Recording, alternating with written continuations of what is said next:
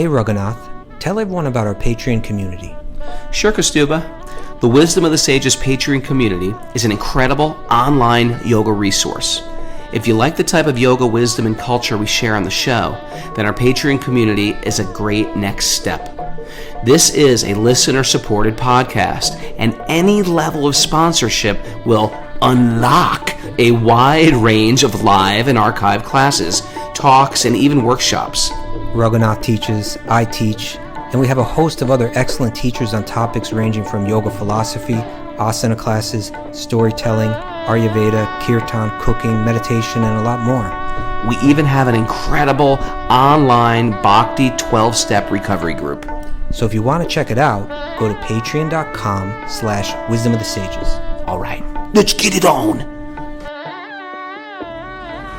Om Namo Bhagavate Vasudevaya. Om Namo Bhagavate Vasudevaya. Om Namo Bhagavate Vasudevaya.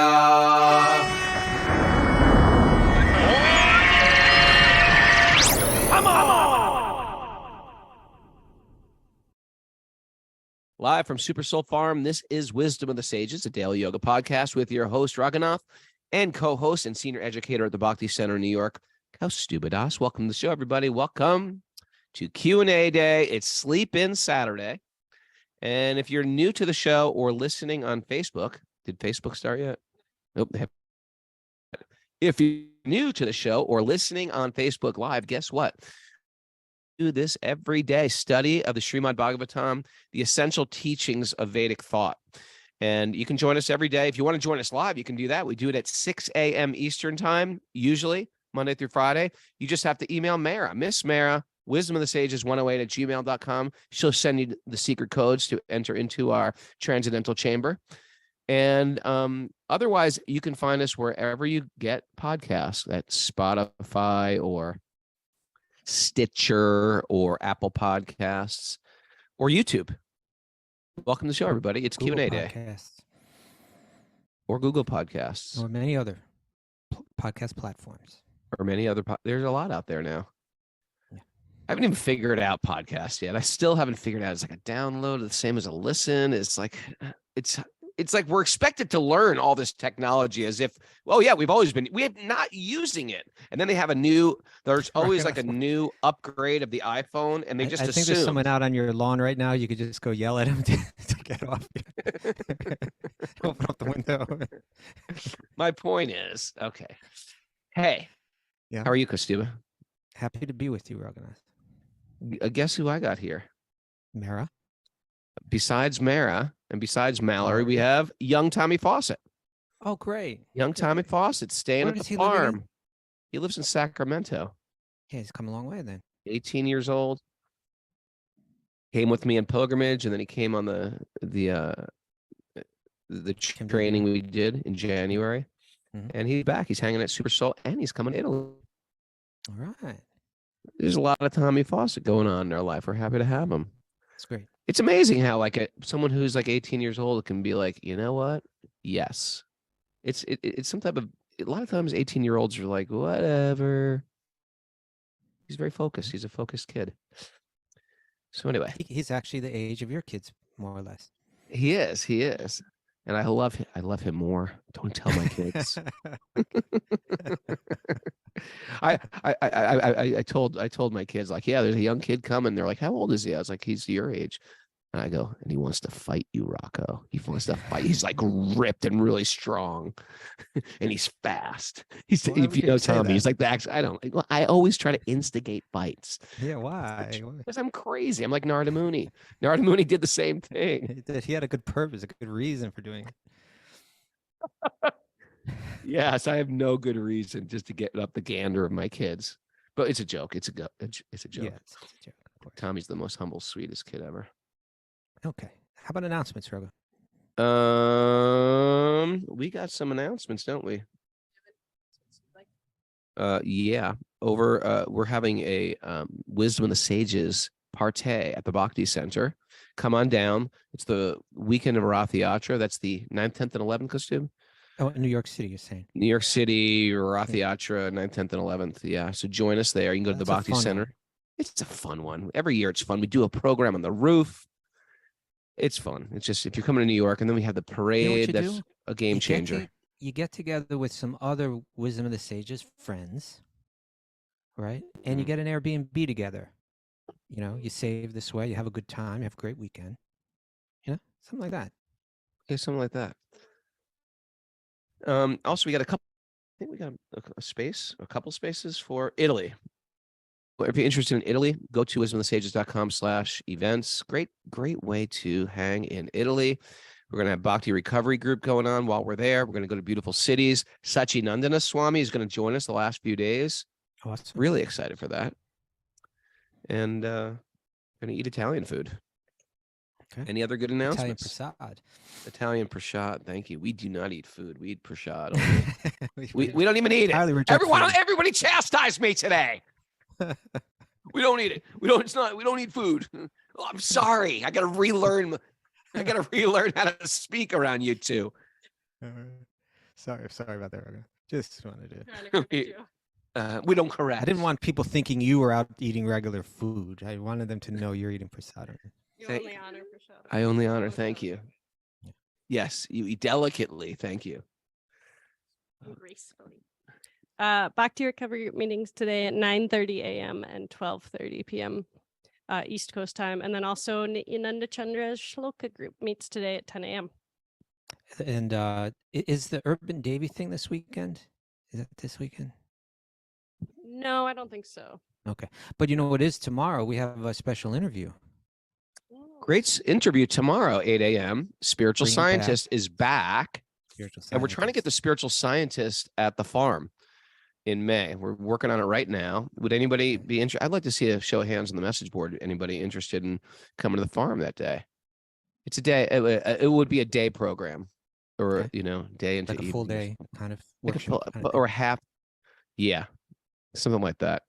It would start later in the day. I'm trying to figure out how to. Okay, Jamie steps in. Marilyn Perez is in. Yeah, we're going to discuss Bhagavad Gita. He's got so many different angles on Bhagavad Gita, Mm. But his particular interest is coinciding with a lot of what we've been discussing lately, about how the idea of kind of like the world being illusory in one sense, but not, but real in the other sense, and simultaneously maintaining both these apparently contradictory ideas.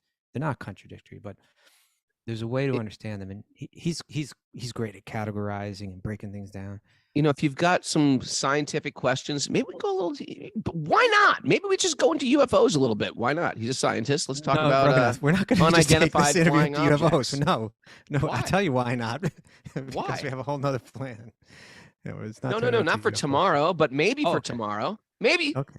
Maybe. Maybe that's what you ought to do at Super Soul up there. Just get Maybe just have alien a abduction UFO day weekend. at Super Soul. see if we can Maybe. contact some ships. That's what I say. Maybe you can set up some lights and like get an organ out there and go do do do do do, and have the spiritual scientists there and see if you can call on any aliens. Do you know what Close Encounters of the Third Kind are? It's not a made up phrase. That's a phrase from like NASA or something. It means when you From NASA? actually have From Nassau Community College, from the Nassau Coliseum. Nassau, Long Island. How do you say it? NASA? NASA? NASA. That's so New York. NASA? Yeah, it's when they actually have seen beings. There's Close Encounters of the second time. Somebody put it on the board. There's Close Encounters of the Third first kind. kind. Close Encounters of the third, when you actually You shake hands. tangibly see the being. Yeah. It's not just a conspiracy theory. This is real. We talk Okay, about right it. now, I've got the stop entire right script. now. I've got 18,000 verses to back me up on this. Okay, we got a question for you today, Raghunath. Okay, hit me. Okay, that worked. That was Oh, great. the whole message Segue. board is making fun of me today. Okay. Okay, Jiva G saw a UFO. We don't believe her though. She's as nuts as me. Why She's not? as nuts as me. Oh, this is from Nina from Israel. Nina Rabinowitz.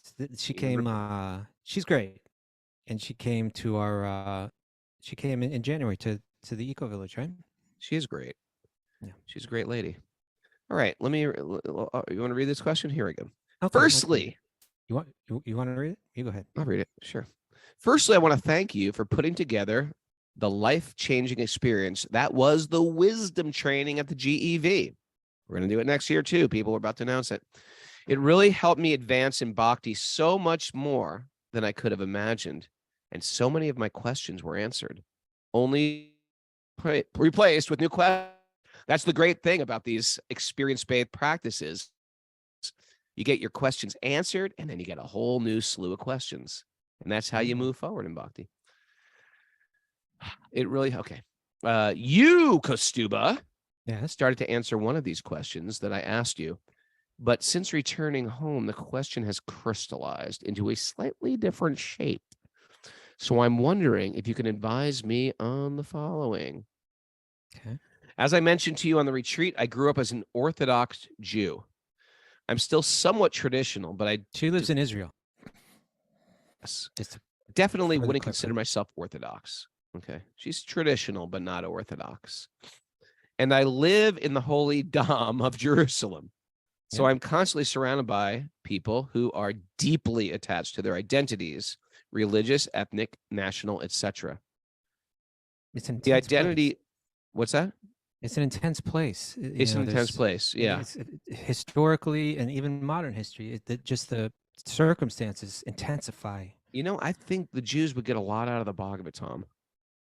Because there is an external identity of I'm Jewish, and then there's an internal identity of a spiritual being, because they really are connected to an external culture which assists them in their spiritual life, but sometimes it can pull them in a different direction also. And anyway, I think that's there for too. Most religious. I mean, all religious. There's always a potential for that, right? Yeah. Okay. The identity that I most things getting huge. Yeah, it gets bigger every day, that scarf. Who gets that? I think she's got to, do them as, people can. How are you going to do it? Donate. People can come to the farm and I'll get one of Maris. Auction them off and sell them. I don't know. Sell them. I don't know. The Mara collection. I'll donate them in exchange for money. I should have never said that. Let's keep it going. Crowdfunding. Okay. The identity that I most often am confronted with is that of the members of the Jewish religion. I have many religious friends and family members really interested in wisdom from Bhakti that I share, but become defensive and their hearts to me when they associate Bhakti with Hinduism, which they view as idol worship. This is especially problematic when I talk about Krishna, even simply as a name of God. I think this comes down to the fact that they associate the name of Krishna with images or statues of Krishna as the person in the Bhagavad Gita who appears, that appeared historically 5,000 years ago. I try to explain to them that Jewish theology is actually the same underlying philosophy. The only difference is that in Bhakti, we believe that God can and does incarnate in human form when it's needed, whereas this isn't a concept explicitly talked about in the Jewish tradition. I find the idea of God incarnating as a human being is very confusing to people from religious Jewish or Muslim backgrounds, and they often feel challenged by it. How can I explain to them that Krishna is not just a historical person or an image, but a form that God is choosing to manifest as? Good question. I think when I say this to them, they think that I'm engaging in some sort of Krishna apologetics, but I want them to understand that I'm not making this up to rationalize my path to them or to convert them. So here's the points here. Is it worth trying to explain this to people who may be afraid of entertaining the idea of God manifesting in the material world? Here's another point. Is this such a central tenet of Krishna Bhakti that there's no way around explaining chanting the Maha Mantra to them, for example, without explaining this idea? Another point. Perhaps you could also explain how you view the deities in the temples differently from idols. On the other hand, on the other end of the spectrum, I also have many secular Jewish friends. Secular Jewish friends. Who's a secular Jewish friend? means they're I'm part of the Jewish by culture, but they don't. race, but I'm not religious. Okay.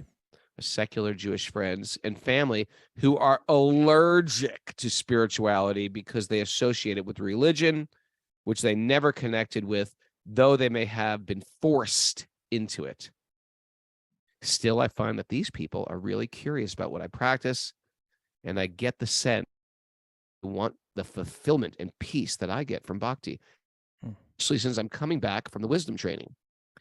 I'm wondering if you have a good way to share Bhakti with people who are spiritually averse.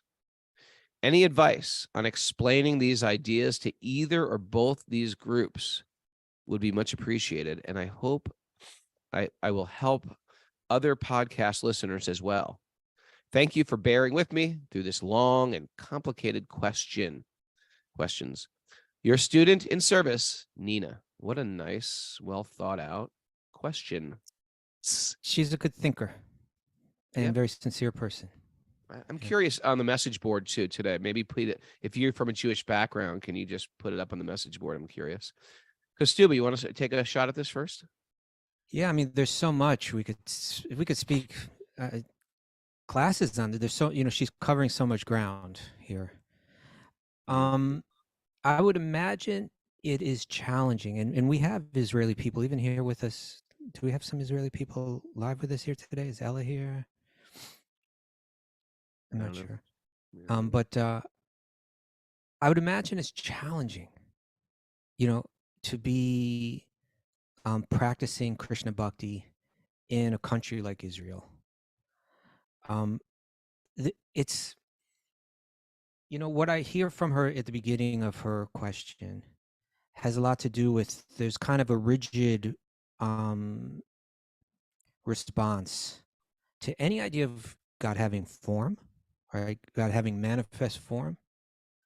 What to speak of what they consider to be idol worship, right? Like, and it's not just like to a typical American Christian, it's like, what are you doing? That's stupid. But I think it's like even the resistance in Israel towards it is going to be intensified because I'm not at all learned in Judaism, in the Old Testament. I'm really weak on these things. We're a couple Italian guys from New York, and we never, like grown up Catholic. I don't remember getting, like, even as a kid really being taught anything. I was more like taught the teachings of Jesus, like the New Testament, more than the Old Testament. When you're Jewish, you're getting like that Old Testament stuff, right?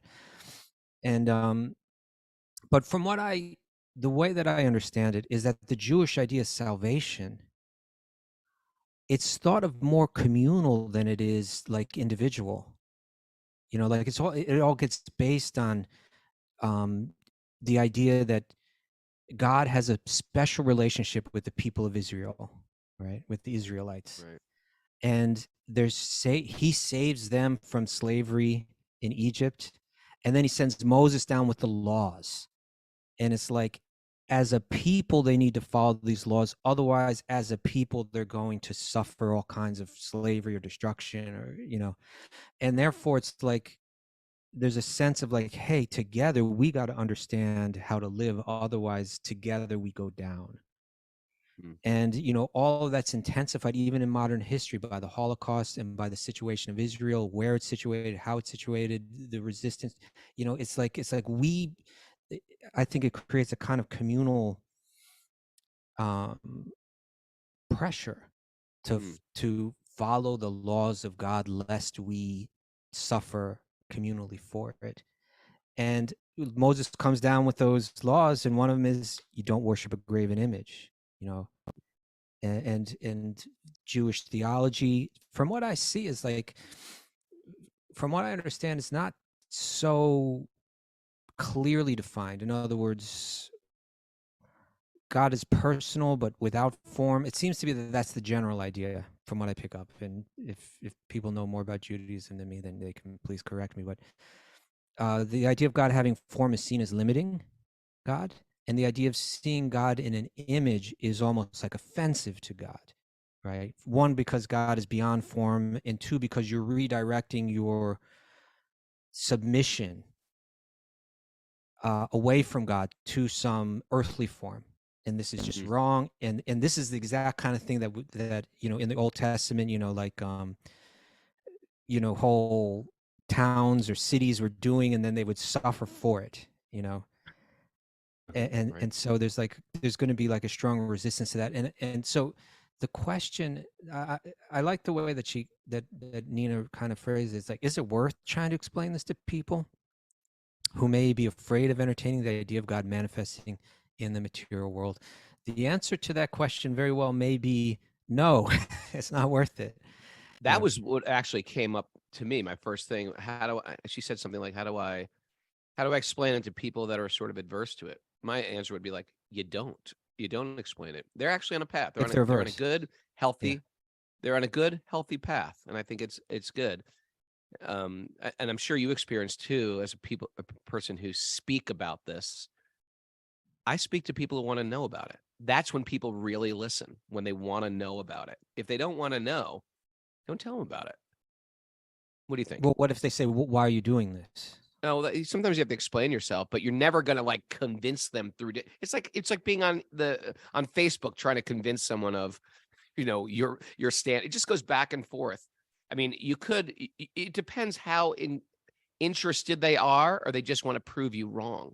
Yeah, that's the point. No point in getting into a debate with someone whose mind you're not going to change. That's one thing.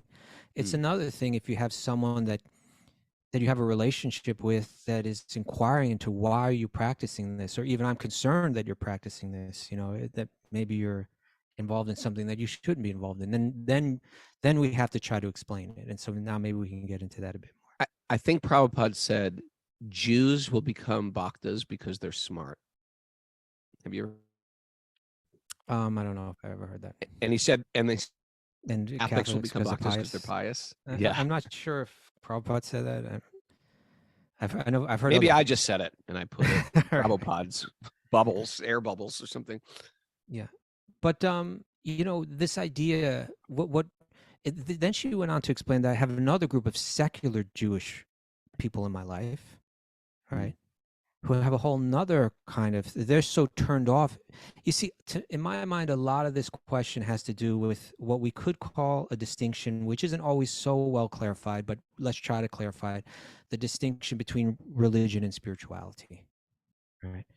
The idea of religion being very concerned with salvation, being saved from the painful reactions to our sins, right? We could call that religion.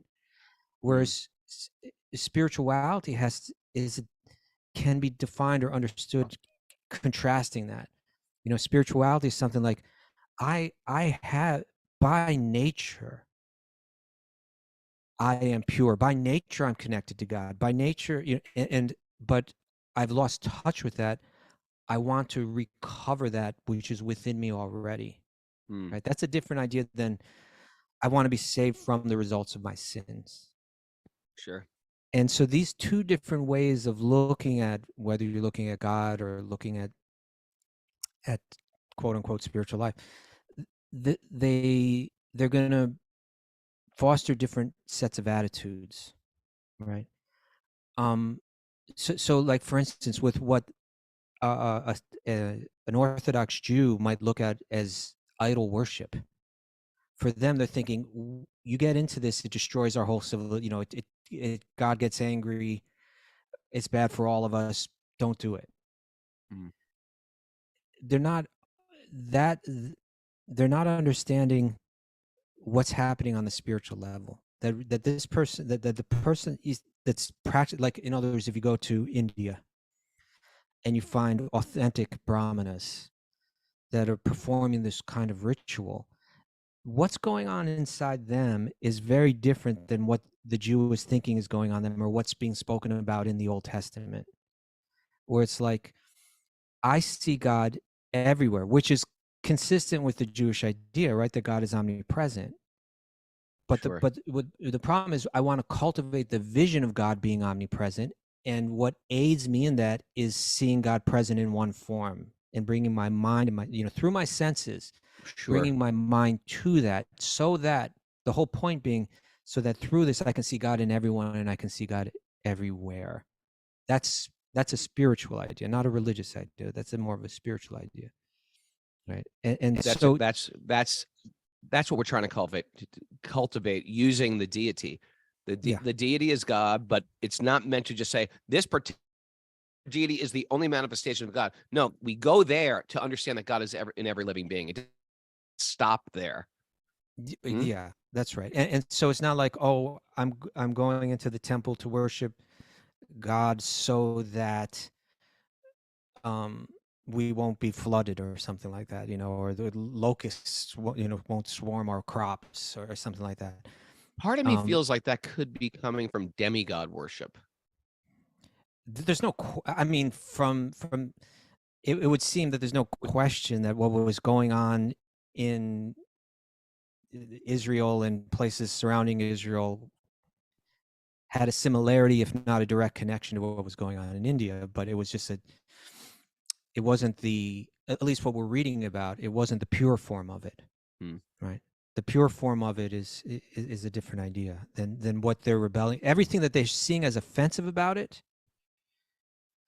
is not when it's done in its pure form. So, it's almost like, and I don't want to say this like in a condescending way or something like that, but, you give one instruction to a child and you give another instruction to an adult, but the child might think, no, this is the instruction, but it was only the instruction for you you know what I'm saying? Sure. It's like never go in the street ever. Yeah, you tell that to a child. That doesn't mean when I'm, 16, I can't cross the road. Yeah. It made sense for that particular child at that sort of time. I had this experience also, though. I really have to lean back into my original statement was we are very delicate in how we present these things to people. And now in my life, I just really present it to people who want to know. In my young, zealous days, coming back from India, I remember once coming back from India, and I'm with front robe. I'm going to go up to like the most antagonistic person I find on the plane. I literally walked the aisle of the plane looking for someone to preach to. And I went right up to, a Muslim guy. And I'm like, how delicate can I explain this to a Muslim? And he, we started talking about spirituality, and he was dressed in full Muslim outfit. And so we started getting into it, but I'm just going to go in like a needle and just see if we can connect. Not to try, not even like conversion, just can I connect with this person? He's obviously serious about his spiritual life. So but he opened by just challenging me. What are you doing? You're an American. You shouldn't be doing this. And you started, and I said, actually, I'm not an American. And I tried to find some common ground. Don't you believe that we're not of a nation, that we are spirit? So I try to get things on. Don't you believe that spirit just is what animates this body? Do you believe we have a soul? Do you believe you're actually flesh? Do you believe we are a soul? And I started going in a very, very delicate way of understanding. I said, what I believe is that every is a spiritual being, and we're going to find connection by finding similarities, and that we're all meant to find God in this life. So he could understand we're all meant to find God in this life. That's the goal and purpose. That's the focus. And I gave some appreciation. That's why I appreciate the way you guys pray 3 times a day. That's why I appreciate that you're wearing this outfit 5 times a day. 5 times a day? 5 times a day. Well, that's why I appreciate that you're actually in this outfit to remind yourself of who you are. I tell you, he was nodding and nodding and nodding and nodding, and I found all these great similarities. And then finally goes, okay, I actually like what you say. I thought you were one of these others who worship monkey, river, mountain, No, I do worship the monkey. Stone. And I was like, yeah, I worship all those too. I worship monkey, river, mountain, stone, cow, all of those things. So it's like, unless they really want to know, even me connecting the dots in the most delicate way possible, this stuff is so deeply ingrained that they may not be able to expand the mind enough to appreciate Yeah. it. Unless there's some eagerness, like your people who are saying, you know what? I like what's happened to you. That's when you have a foothold. I like how you transform your life. Yeah. You seem different. That's when you have an What- edge. And she was mentioning that, like, that's certain amongst her more secular friends are saying, you're more peaceful, you're this, that.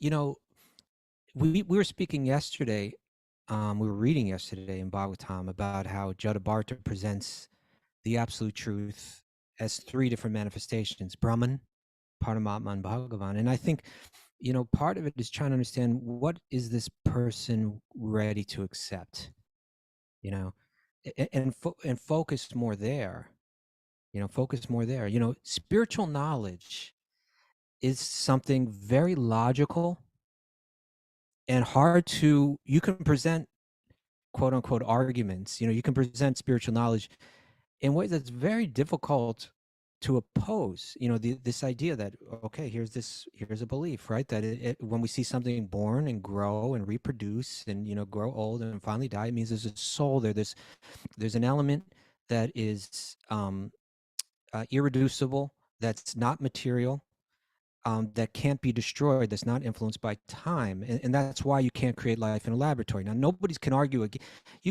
nobody can prove that wrong, and clearly there's a logic there, even if you don't accept it. There's a certain logic there. Okay, now you build off that.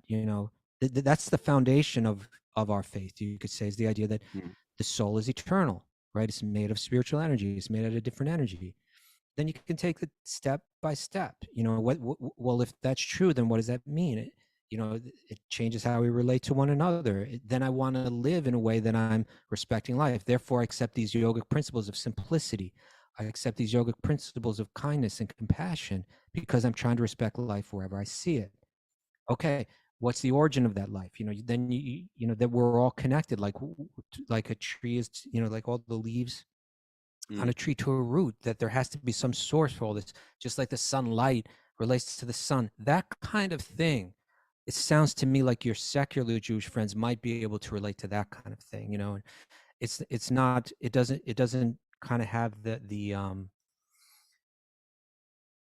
don't want to say stench, but in other words, it doesn't have the aroma of that religious thought that they're rebelling against.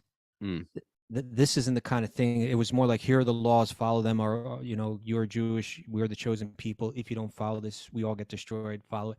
No, it's a whole different approach, and it's a logical approach. It's an approach that really can't be defeated. It has to at least be objectively appreciated.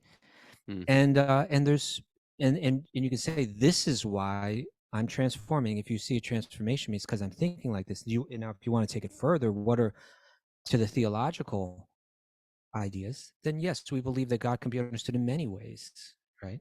And this is an approach that people might, your secular friends may find satisfying. I think the Orthodox Jews, they're going to have a hard time. Probably you tread more lightly there. You don't go into detail. You don't share as much there if they're not going to be able to open up to it. Or maybe sit down with the harmonium and start chanting. Well, that's a problem too, because you're not even supposed to say the name of God, and that's why she said, "Is it such a central?" Although she says, "Is it such a central tenet of Krishna Bhakti that there's no way around explaining chanting the Mahamantra to them?" For example, without explaining this idea of Krishna being a person. No, you can chant Mahamantra and you can explain it. You can kind of explain it in a less explicit way. This is non-different than God. I'm sorry? This is non-different than God. Yeah, I mean, I don't know if you. I wouldn't say that. I wouldn't say that. Say, you like this song? Do you like this song? By the way, I've had I have a Jewish student who, it was sort of relevant to this what we're talking about right now, because we talk a lot about a fundamental self and a functional self. Is that how we frame it? Mm-hmm. So our fundamental self is we are pure spirit souls. And our functional self is how I act in this world. I'm a father, this is my career and stuff like that. And they told me that, I grew up Jewish as a Jewish friend slash student of mine. I grew up Jewish, but we leaned heavily into the functional self. When we have these what are Friday night get-togethers called for Jews? Shabbats? I'm not Jewish. I think they have a Friday night get-together. Yeah. Professor Snooky's nodding. So the get together, but if you're part of a Jewish community that's leaning into the functional, and then all of a sudden you meet some devotees who truthfully I think at least, tend to lean into the, what's the other one? Functional and, I just said it, foundational. They lean into the foundational. Like when we have a satsang at our house, we lean into the foundational. We're going to sit. We're going to offer prashad together. We'll do an arti. We'll have a little talk. We're going to lean into what we are instead of just a social gathering. Identity. What's that? Our eternal identity. Yes. And they said, because when I was around devotees, it's like, it seems like these guys are more serious about what they're into and they're experiencing a joy from that. And that's a very thing for a person who is on a spiritual path. You get a community of people, whether they're all Jews or all Christians, some people are just not into it. And so they're there, and then you're sort of accommodating them. When we're doing a program at the farm, people are coming because they're interested in something spiritual. And I think that is attractive for searchers and seekers. It is interesting, right? If you look at Judaism, because it is based off this Old Testament, where it seems like it's almost grounding your identity into a particular community, right? Sure. And which we would say is just objectively, that's there might be helpful information there on the functional level, but it's not addressing our foundational existence. We're beyond any community. We're beyond being Jewish or being Christian or being Hindu or being black or white or any of these things. And so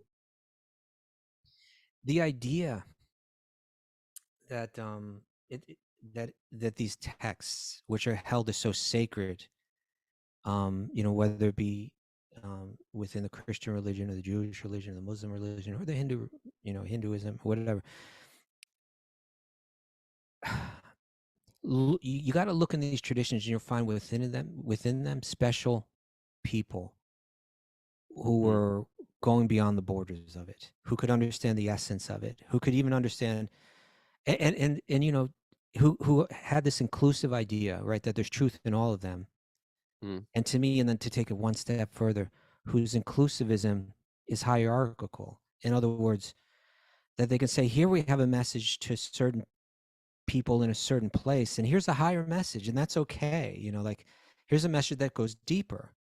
That's actually going to do the exact opposite. It's not going to try to pin you to a certain community, right? And get you getting traction on that level, because there's a higher level that you need to come to, where you realize, I'm not a member of any, I'm not a member of any temporary racial community. I'm beyond that. I'm something way beyond that. That's just a blip in time, as we were talking about earlier this week. And so I think, from Nina, from your perspective, you get that already. And a lot of the people that you're around don't get that. And because of, it's all so touchy, Nina's seeing it in a foundational way, and the butting heads with are seeing it in a very functional way. Yeah, and my point is, it's touchy because I try to emphasize with the Jewish people, and you look at, okay, you read these ancient texts and what they're saying, and there's definitely wisdom there, and there's definitely some spiritual knowledge within these texts, but it seems to be very clearly saying that the Israelites are the chosen people of God. They went through horrible slavery for centuries because they didn't follow the laws of God. Then God saved them and provided the law. We need to follow that. If we don't, horrible things will happen to us as a community. And then you take that into the modern history of the Holocaust, and you take it into the modern situation of Israel, and it seems like we really need to, if if to please God, we need to think more. We need to root our consciousness even deeper into that community. Right. And it's going to be challenging to explain to a person that's really convinced of that no, you're beyond this community. What? Yeah. It's like, Yeah. no, don't. You want to forget be a you're part of this chosen community. person, then you got to choose. You got to choose God. If you choose God, then you're chosen. Right? Right. Right? Everybody's If I'm chosen. just here, but I'm not choosing God, then what's the point of I- that? you know, and again, I'm not so learned, but to me that explains why. Like, I walk down the streets in New York at certain times of the year, and I'm going to find Hasidic Jews that are going to ask me, "Are you Jewish?" I love Right. that one because I look a little And Jewish too. They come to me all the time. Are you Jewish? they got, I'm like, no, and they're like, later, and they're just like, wait, come back, preach to me, please, talk preach to me. Yeah, because they're like, if you're not Jewish, it's not so crucial. But if you are Jewish, Right. you got to do this ritual with us and get. You got to 'cause this is- reclaim yourself, but that Yeah. is seeing me as flesh, and that's seeing me as It's- flesh. it's Immediately, from- it goes right to the functional, and it forgets my eternal identity. If you got eternal truth, it's for everybody. It's for an oak tree. Damn it! Yeah, Eternal truth is the same for an oak tree. Yeah. They're spirit souls also. Yeah. Okay. Maybe you and I should do a video where we talk to these people. Like we'll just walk down the sidewalk and they'll say, "Are you Jewish?" And then we'll get into it with them. And I would love, have a that nice would be conversation. very interesting. And we could even Very maybe interesting. enter the mitzvah tank. Maybe live amongst their communities in disguise. And then we could bring them. Oh, write a book about it. Right. And then we could bring them to Ben and Esther's vegan Jewish delicatessen. End it there. Okay. All right. All right. Next question. Continuing on with Q&As. I hope that big mess of an answer is helpful, Nina. We might have just already spoken about what she already gets. She might have wanted something more concrete, but it was nice to talk about it. Okay, this is from Mike via email. A lot of mics out there. You ever notice that? It must have been a time historically when everyone was just naming their kid Mike. We're going to give you a new name, Mike. Apparently it's still happening. We're going to call you Madhusudana. My name is Madhusudana. He talks about it here. He already has a name. He already goes by another name sometimes too. Yes, okay. My name is Mike, 33-year-old man who is taking his first baby steps on the path of Bhakti Yoga to get to know Lord Krishna and Lady Radharani. I might have edited it out, but I think he goes by Om Karnanda or something like that too. Om Karananda. Okay. And Lady Radharani through the life and teachings of Sri Krishna Chaitanya Mahaprabhu. I have been studying various religious paths, including varieties of dharmic religions, including our Sanatan Dharma, Jain Dharma, Buddha Dharma, Islamic Dharma, and Christianity, etc. Okay. I've also come to the fact that I am queer man after years of believing that I was completely straight. I am pansexual in my orientation. In my learning about Gaudiya Vedanta and realizing that Krishna and Radha are the ideal love and salvation that I have been trying to find for so long, I've come across many people in and adjacent to the tradition who say either that I am so fallen that Krishna would never accept someone who is degenerate or the same level as a pedophile, he's saying, or a necrophile, or a zoophile. I'm doing my Latin work right now, guys. I'm okay. And all types of horrid people, or that in the scriptures and the history of our umbrella of Sanatan Dharma, that Tritiya Prakriti, the third gender people, were accepted in Vedic Dharma society, and that homophobic outlooks were an import of outside traditions such as Islam and Victorian Christian morals and so let's just stop for a second and make sure that everyone's not just getting lost in all the terminology here. Yeah. What Mike is saying is that he's come across people within broader Hindu or Bhakti traditions that have a whole range of attitudes towards gender. On one end of the spectrum is like, this is entirely degraded.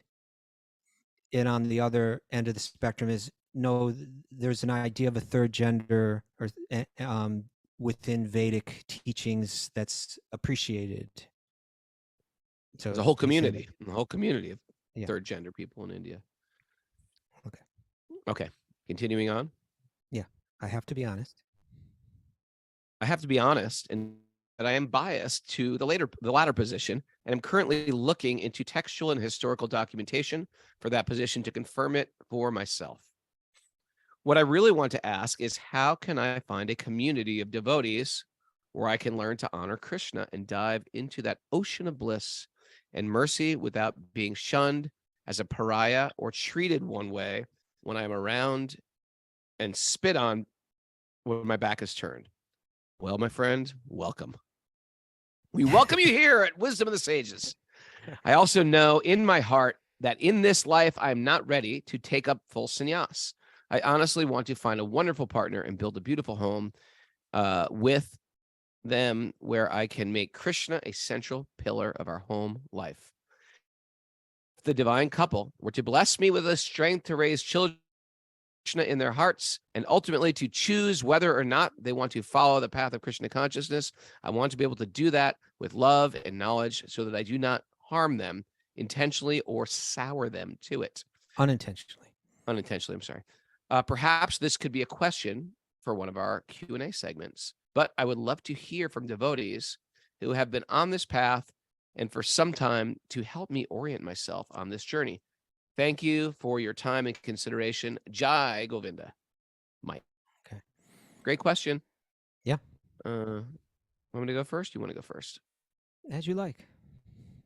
I'll go first. I want to say that love is love, my friend, but also lust is lust. So at the same time, lust is a contaminant that all of us face. It's not exclusively for these horrible people out there. If I'm controlled by lust, then I'm doing something that's horrible. I have to admit that myself as a Lusty person. straight male, as a lusty dude. But so the idea with lust, greed, anger, envy, we've all got those things.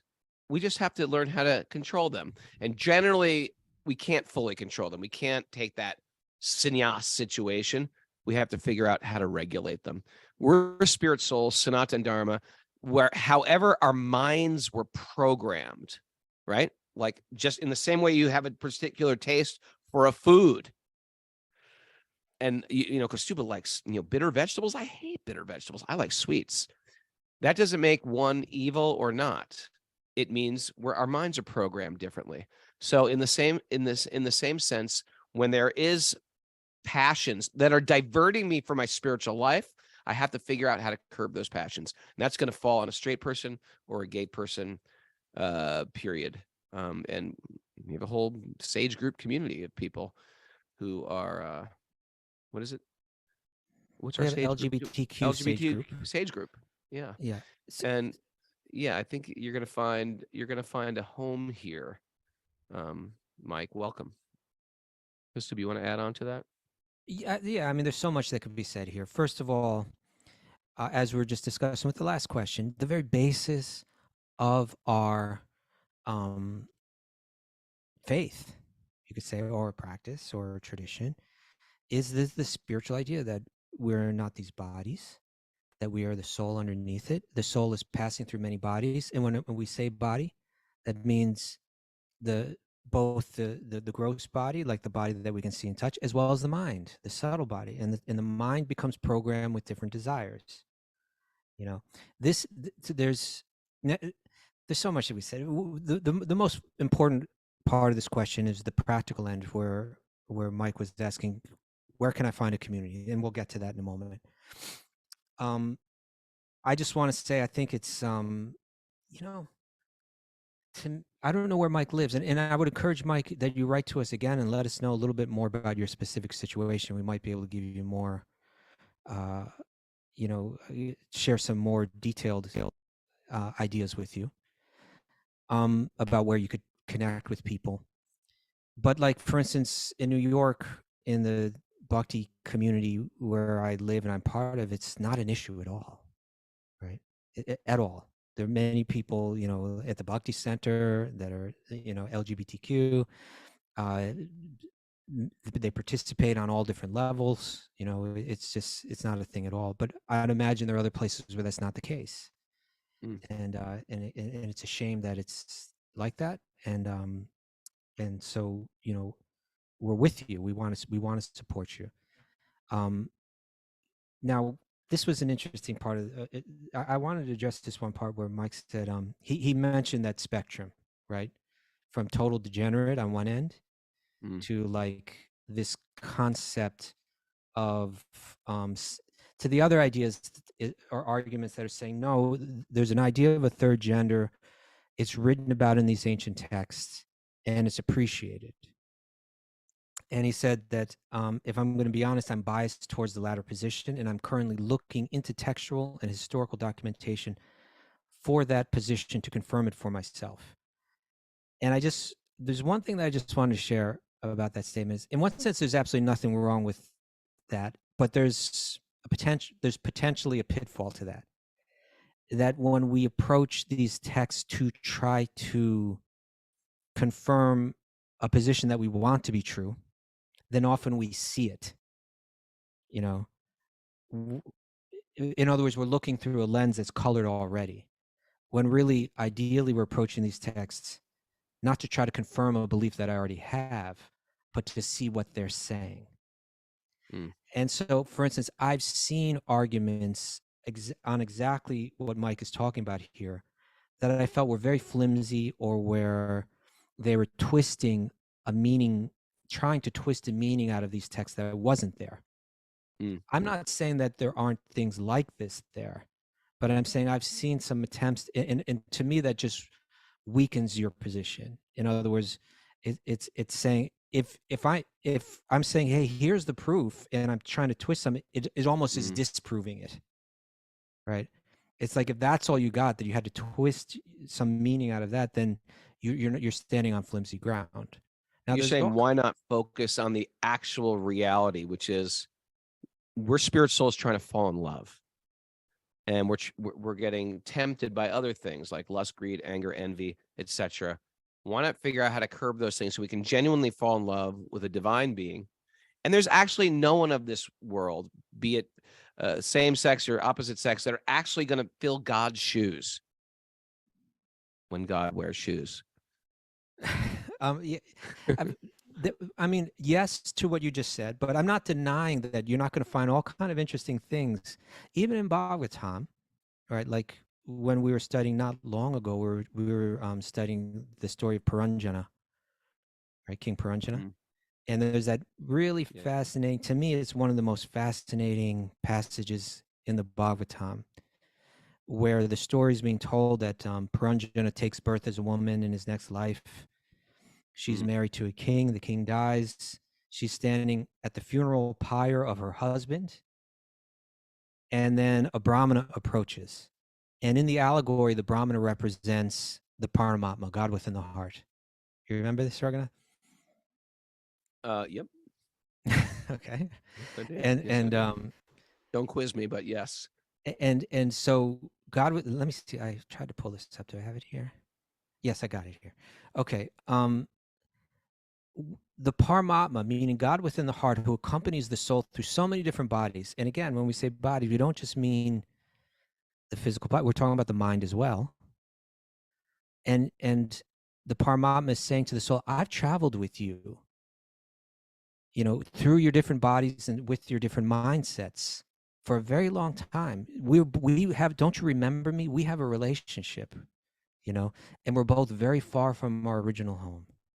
Right, this is Paramatma speaking to the soul, and the Paramatma is kind of saying, you've gone through so many different changes, and I've followed you through them all. You've gone through so many different bodies. You've gone through all of this. You've been on this long journey through the material world. And then there's one verse. This is text.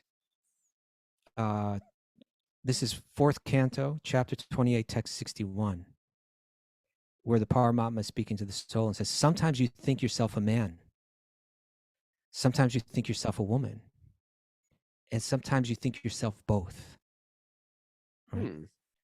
Now, to me, this is the essence of it all, right? Like when you think yourself both, the way that I understand this is like I may be in a male body, but I may have a female subtle body, right? A female mind, female desires, female, the mental tendencies of a female in a male body, and I'm identifying as both in that sense, right? Hmm. So to me, the yogic, shastric understanding of this is it's clear. It gives us the tools that we need to see this. We can separate our passions from it and kind of just see it clinically, see it clearly. Again, with always that undercurrent of respect for the soul and whatever position it is. If we buy into this, we understand, you know what? I've been through all these different bodies. I've been through all these different mindsets. And I've also been through that circumstance. We all probably have, probably many times through our samsara, through our cycles, that where we've been identifying as both. That's there. Now the question is, how do we deal with it practically? And how do we do it in a way that we always respect the life, we always respect the soul under whatever circumstances it's in? And one way that helps, and that you can't force everyone to get that. You can try to explain it clearly. Weak arguments won't help. So I'm not saying if you're looking through Shastra and you're finding solid stuff, great. I'm not saying you're not going to find it, but what I'm saying is just be aware of the tendency to try to twist meanings out of things. That won't help. And getting to your question about where can you find your community? Let's find out where you live and where you're from. But I would definitely suggest, we mentioned the other day that this coming week is the last week for this third session of our Sage groups. It was an 18-week session. And in June, we'll begin another 14-week session where you can be part of a group that meets together. They get together every weekly online for an hour and a half and open up and discuss. And currently we have one LGBTQ group. I think we may be in need of more, one or two more. So we'll let you know about that when it comes. I think that's a great place to start. And if you let us know where you're at, hopefully we can help you find some, a place or people, the kind of place or people that you're looking for. I hope you haven't had super discouraging experiences, and hopefully we can find you very encouraging sanghas where your bhakti will flourish. If not a partner, maybe. Well, that too. You're going to find them a partner? We can arrange that. We can arrange marriage. We're going to have to work on that for you. Okay. I think we're over time. We're going to Oh, man. There's so many questions I wanted to get to. All right, everybody. That is it. Miss Mara, thanks for joining us, everybody. Music. There we go. If you're listening to this on Facebook, welcome to the party. We do this every day, or you can backlog, binge listen to podcasts, Wisdom of the Sages, wherever you find podcasts. If you listen to us on YouTube, make sure you like and follow us and comment. It helps it come to the top when people search out things like wisdom, Hinduism, yoga, Vedic knowledge, etc. And also, if you're listening on Apple Podcasts, please write a 5-star review, even if you're not listening on Apple Podcasts, because I tend to read those myself. Write down how you came to the podcast and tell us that you like the podcast and give us a 5-star review. What else Anything can I else tell that them? You want to tell them to What else? Any more of their feelings you would like to express for them? Yeah, I want to tell you also how to feel, if that's okay. And thanks, everybody. Tomorrow, Spiritual Scientists will be here. It's another 8 a.m., another sleep in. Sleep another 20 minutes. How about that? And then we're back, 6 a.m., Monday morning. Excited for that. We got Bobby Marchand and Little Frankie here today, as well as Tommy Foster. We got a full house of live here, people. Woo! Little Frankie Say over there? hi. There she is.